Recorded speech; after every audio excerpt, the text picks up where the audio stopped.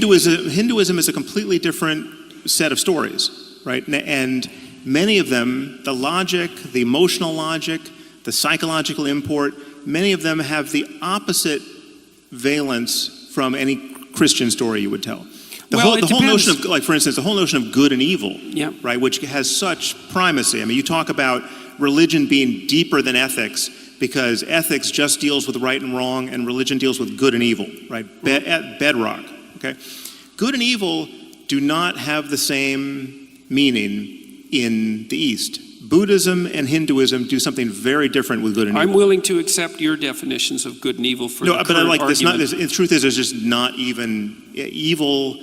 Is just ignorance on some level. It's just evil is just. You haven't met any real evil people if you believe that. Well, okay, so then all the Hindus and Buddhists are wrong about this. That's a possible claim. I'm just saying that there's over 1 billion people who have a religious system of stories from which they derive all kinds of meaning, to which they're mightily attached, to where we could play the same game of archetypal interpretation and valuing, and yet the cash value with respect to good and evil is irreconcilable with what you get from Christianity. But it doesn't have to be interoperable, right? Well, but the point. My point is we live in a reality. Presumably, Hinduism is also useful as a set of heuristics for Hindus, and if Hinduism, as a matter of doctrine, and as a matter of the interpretations of the heuristics by the devout in both